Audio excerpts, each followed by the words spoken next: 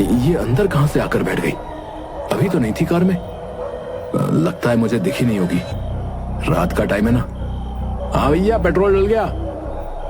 शुक्रिया भाई, सवारी को छोड़ना है ना जल्दी। सुमित गाड़ी में बैठकर निकल जाता है। भैया सवारी, पर पीछे तो कोई बैठा ही नहीं था। सुमित ड्रॉप लोकेशन की तरफ गाड़ी को ले जा रहा है। सुनसान सड़क है।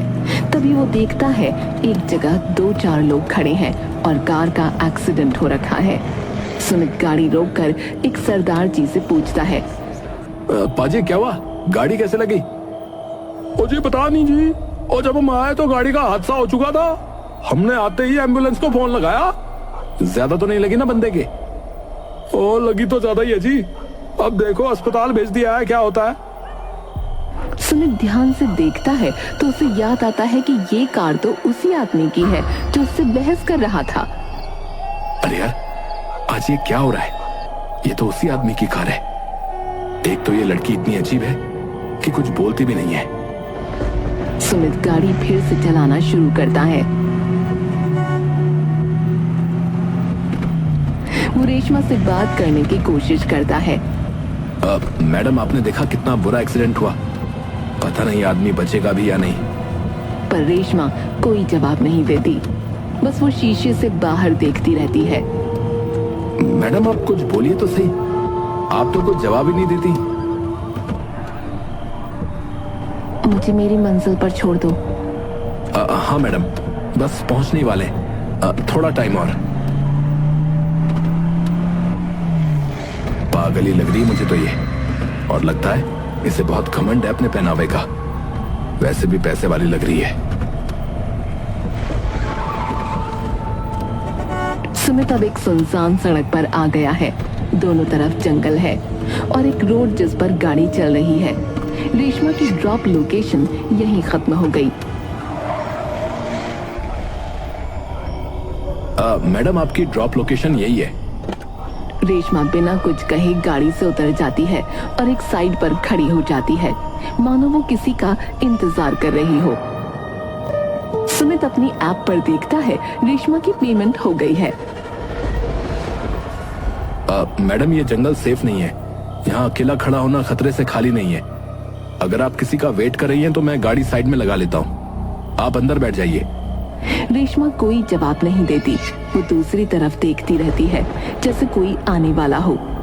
अबे छोड़, जाने दे यार, इसे पागल लग रही है ये। सुमित गाड़ी ऑन करके वहां से निकल जाता है।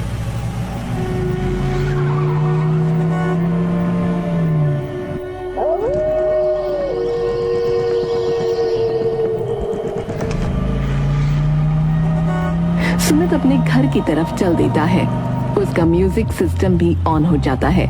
तभी उसके फोन पर दोबारा एक राइड आ जाती है। वो राइड को पिकअप करता है। अरे ये तो दोबारा इसी लड़की की राइड आ गई। लगता है इसका आशिक आया नहीं इसे लेने। चल कोई नहीं, छोड़ देते हैं इसे घर। सुमित गाड़ी को मोड़कर दोबारा रेशमा के पास पहुंच जाता है। रेशमा अभी भी वहीं सुनसान जंगल वाली सड़क पर अकेले खड़ी है। गाड़ी रेशमा के पास रुकती है। रेशमा अंदर बैठ जाती है। म्यूजिक सिस्टम रेशमा के बैठते ही खराब हो जाता है। क्या मनहूस लड़की है, इसके बैठते ही म्यूजिक सिस्टम भी खराब हो गया। सुमित रेशमा से बात करता है।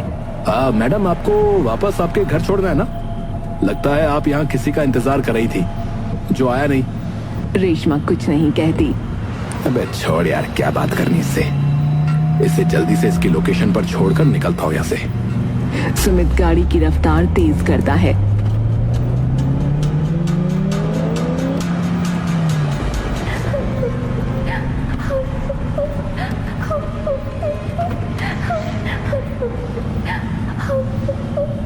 मैंने तुम्हारे लिए क्या क्या नहीं किया और तुम ऐसे कैसे मेरे साथ ही कर सकते हो?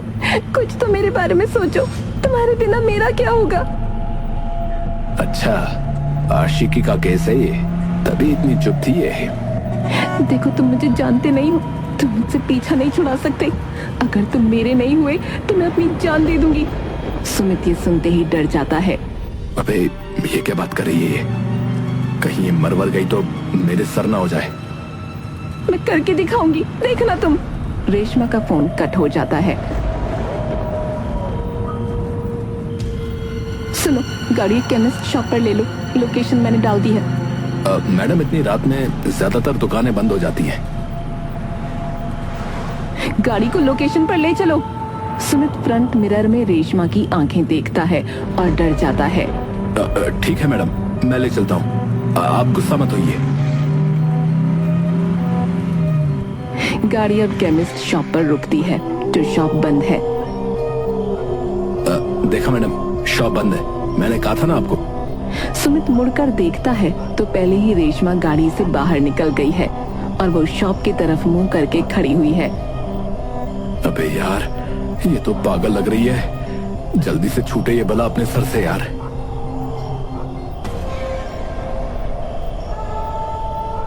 रेशमा बस बंद केमिस्ट शॉप की तरफ देखे जा रही है और वो फोन पर कुछ बोले जा रही है। रेशमा गुस्से में फोन पर, देखो मैं आखिरी बार बता रही हूँ तुम्हें, मैं मर जाऊंगी और तुम्हें फंसा दूंगी। अगर तुम्हें बचना है तो जैसा मैं चाहती हूँ वैसा करो। पता नहीं क्या बोले जा रही है, 2 मिनट और देखता हूँ, नहीं तो मैं इसकी राइड कैंसिल करके चला जाऊंगा यार। सुमित चिल्लाकर कहता है, अरे ओ मैडम जी, आप कोई और टैक्सी ले लीजिए, मैं घर जा रहा हूँ, आपके लिए पूरी रात थोड़ी काली करूंगा। सुमित गाड़ी स्टार्ट करता है पर गाड़ी स्टार्ट नहीं होती। फिर एकदम से रेशमा गाड़ी में बैठती है और गाड़ी अपने आप स्टार्ट हो जाती है।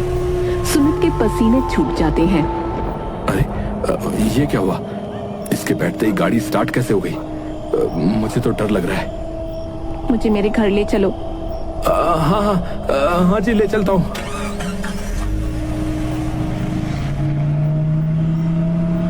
सुमित डरते हुए गाड़ी चला रहा है। वो फ्रंट मिरर में देख रहा है, रेशमा पीछे भूतों जैसी हरकतें कर रही है।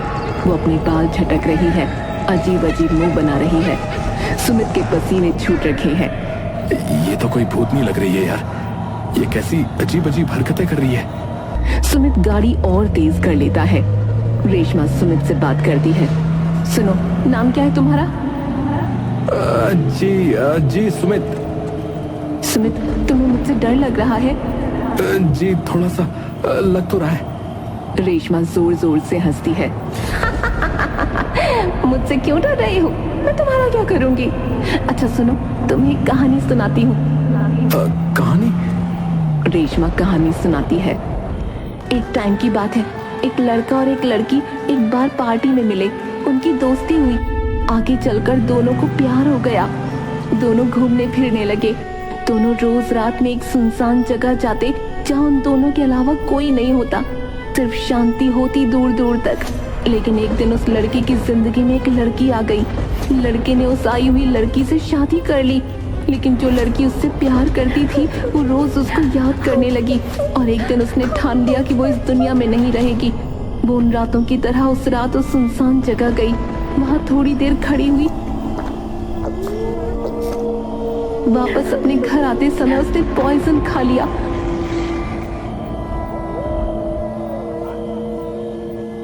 मैडम आपका घर आ गया है। रेशमा सुमित को घूरने लगती है। सुमित के पसीने छूट रहे हैं। तुमने तो कहानी पूरी ही नहीं होनी थी, मेरी कहानी अधूरी नहीं रह सकती। मैडम मुझे घर जाना है, अभी आप भी अपने घर चली जाइए। रेशमा गुस्से में कार से उतरकर अपनी उसी कोठी में चली जाती है।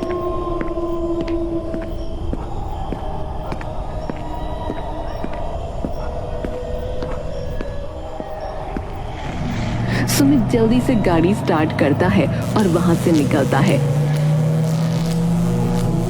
लेकिन थोड़ी ही दूर पर उसे एक गार्ड रोक लेता है। हाँ भाई रुको। अरे कहाँ भागे जा रहे हो भाई?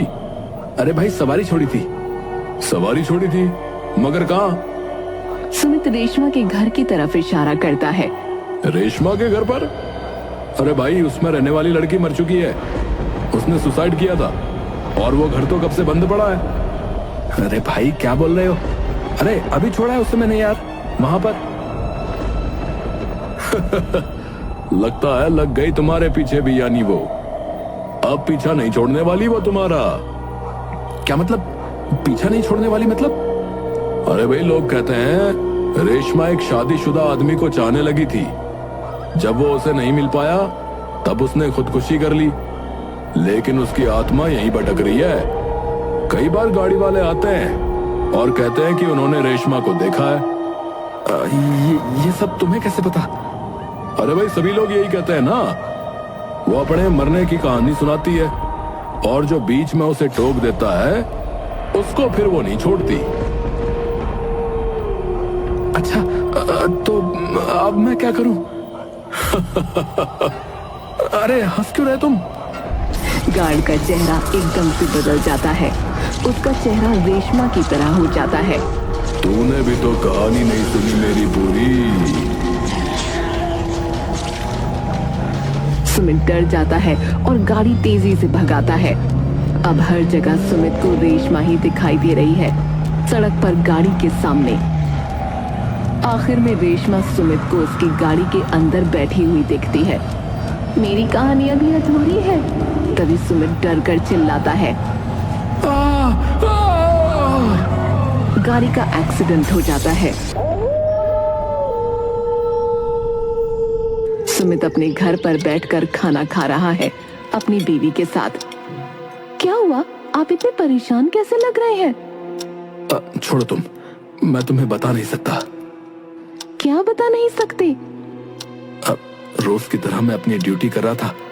मैंने एक लड़की की राइड उठाई जो बहुत अजीब थी। उसको ड्रॉप करने के बाद पता चला कि वो इंसान नहीं थी, बल्कि वो उसकी आत्मा थी जो मुझे अपनी कहानी सुनाना चाहती थी। लेकिन मैंने उसकी कहानी पूरी नहीं होने दी।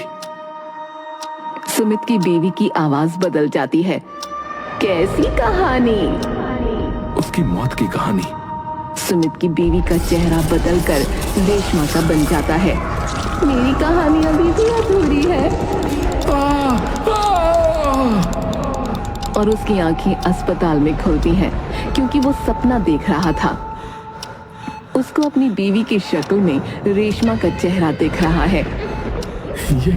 ये मुझे मार डालेगी, ये मुझे मार डालेगी, ये मुझे मार डालेगी। मैं आपको क्यों मारूंगी? डॉक्टर आते हैं। लगता है आपके पति पागल हो गए हैं। हमें इनको इलेक्ट्रिक शॉक देना होगा। सुमित को आखिर में इलेक्ट्रिक शॉक दिए जाते हैं। दूर से उसे रेशमा की आत्मा खड़ी होकर देख रही है। मेरी कहानी अभी भी अधूरी है।